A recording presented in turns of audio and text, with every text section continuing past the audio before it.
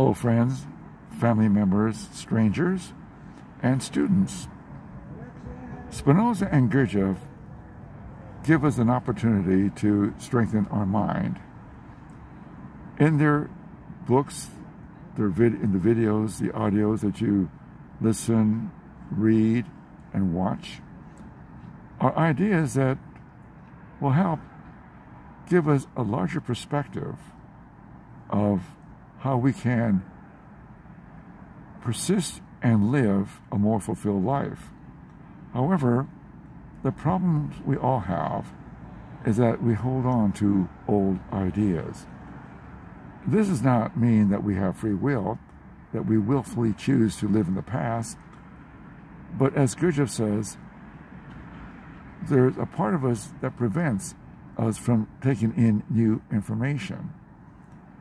There's an old saying that you cannot put new wine in old bottles, or the idea is that you cannot put new information into a mind that's full of old ideas. They say that you cannot teach a dog new tricks. Now, the growth that I found in myself and also in my students, I see growth in my students. It's wonderful to see.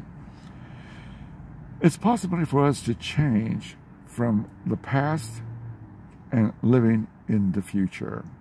What is the future?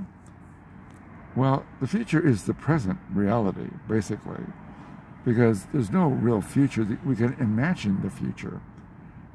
The reality is there's only the present. However, very few of us live in the present. And what does this mean?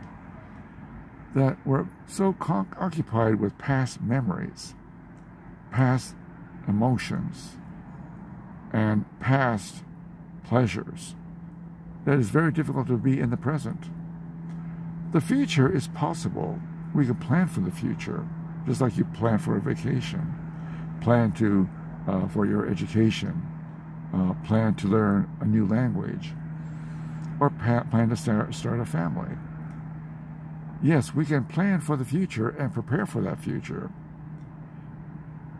However, how to plan and prepare for our future growth? We must learn what it means to grow, to change one's being, to improve upon one's being. I found Gurdjieff gives us a great introduction to understand that man is asleep. Mankind, that includes women, children, everyone.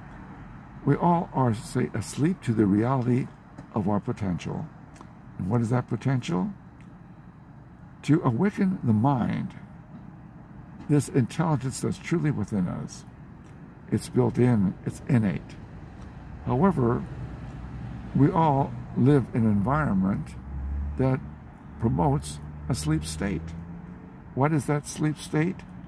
Belief in free will.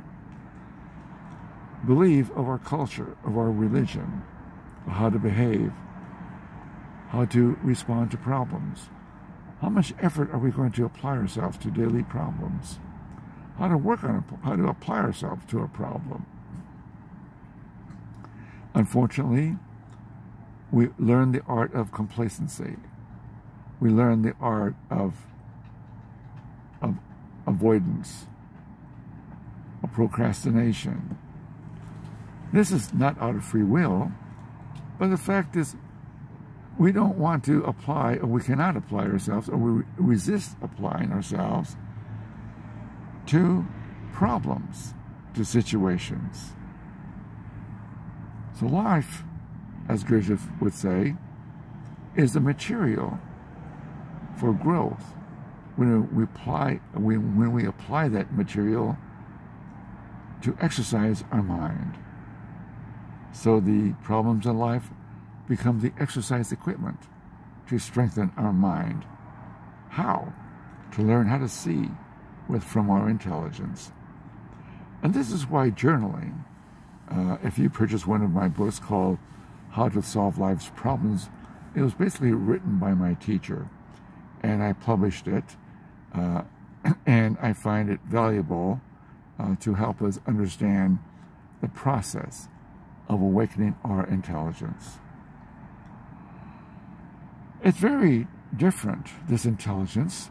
It expresses the tools of reason and intuition. Reason helps us deal with the problems, and intuition helps us realize that we have the potential to grow, that we are a part of something truly great. What is that thing? It's called nature or God. And what does that mean? It means that well, I think I'll have to stop right here because, again, some of you are going to say, oh my God, he's going to talk about God. However, if you take a look at yourself and think about it, everybody has an association of God. Theologians, religious beliefs, all have a concept of what God is. But their God is an imagination, not real. And that's why when I say God or nature, this is Spinoza's God. And Einstein says, or explained, because he was talking to a rabbi, and the rabbi asked him, well, why don't you come to our temple? Are you too good for us? You're a Jew. You should go to temple. You're famous. You have a lot of money. People love you. You've contributed to the world. Why don't you go to temple? And Einstein replied, well, my God is the God of Spinoza. Now, Spinoza was a Jew also, but he was excommunicated, and he changed his name to more of a Christian name, from Baruch to Benedict de Spinoza. And he basically was ostracized from the Jewish religion or community because he dared to say or think outside the box. He dared to begin to think beyond tradition, conventional thinking. And he began to study Descartes and other philosophers and realized that it's possible to improve our mind, improve its understanding. And so this is very important to learn what it means to improve our understanding, because this understanding is directly connected to the mind, to the awakened state. An awakened state is a state of mind where we can see clearly the reality of nature. A good example is love.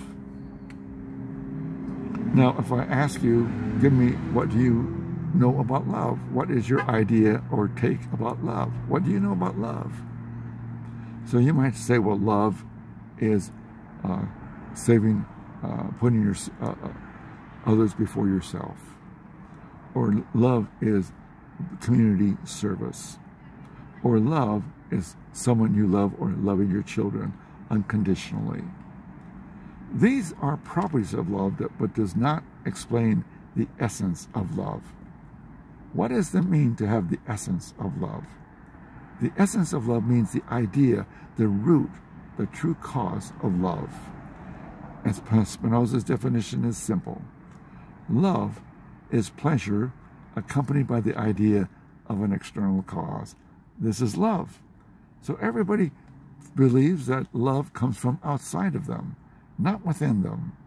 Spinoza's love is a higher intelligent understanding of love.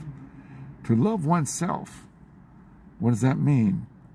As we apply our mind to understand and work on problems, this will stimulate self-love, because now you are going beyond complacency, avoidance, and procrastination, and exercise your mind to look at problems and solve problems. You are living in reality. It's possible to come to self-love and self-approval. If you do not have it within yourself, you're always seeking outside yourself. You're seeking love and approval from others. So the holidays are going to stimulate us, cause us happiness or depression. It depends on your perspective and your experiences. So enjoy your holidays, have fun, express yourself, get into conversations, and my students, you'll use this opportunity for your growth. And you do know what I'm talking about. Because I have grown, and I'm now in my 80s. I've been doing this work for over 50 years. I started at the age of 30. So continue in my study of my growth and my understanding. Take care. Enjoy the holidays.